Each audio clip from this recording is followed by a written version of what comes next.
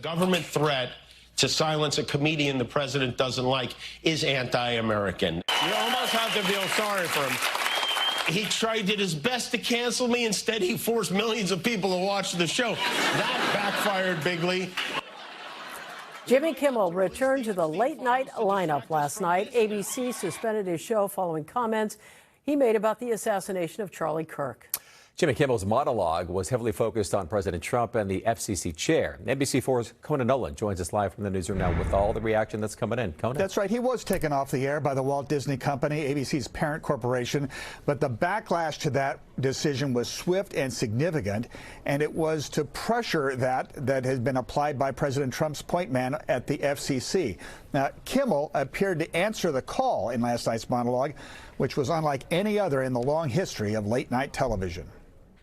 Happy to be here tonight with you.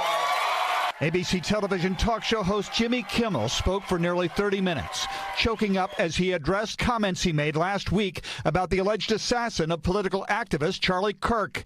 Words that had outraged conservatives, which resulted in the suspension of his program, following pressure from the chairman of the FCC. That it was never my intention to make light of the murder of a young man. I posted a message on Instagram on the day he was killed, sending love to his family and asking for compassion, and I meant it, and I still do.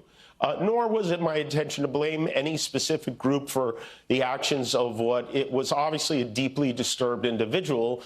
That was really the opposite of the point I was trying to make, but I understand that to some that felt either ill-timed or unclear, or maybe both. And for those who think I did point a finger, I get why you're upset. If the situation was reversed, there's a good chance I'd have felt the same way. Kimmel offering praise to Kirk's widow, Erica, for her forgiving of her husband's shooter. A selfless act of grace, forgiveness from a grieving widow.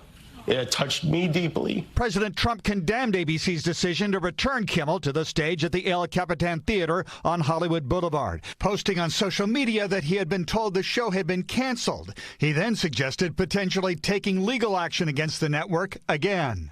Our leader celebrates Americans losing their livelihoods because he can't take a joke. Jimmy Kimmel Live did not air on nearly 60 ABC-affiliated stations from New Orleans to Portland, Oregon. The owners of those stations, Sinclair and Nexstar Broadcasting, which both have pending business before the FCC, saying they won't run the show.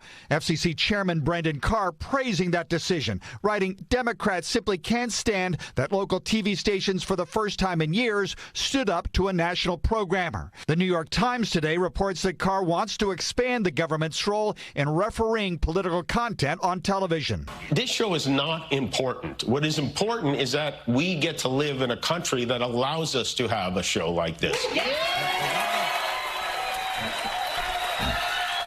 And as for those ratings, according to the Walt Disney Company, 6.26 million people watched last night, despite the fact his show is preempted in a quarter of the entire country. In that key demographic that salespeople are talking about, 19 to 49, the best in 10 years, according to the company, and 26 million people watched his monologue on YouTube or other social media platforms. I'm Conan Nolan, NBC4 News.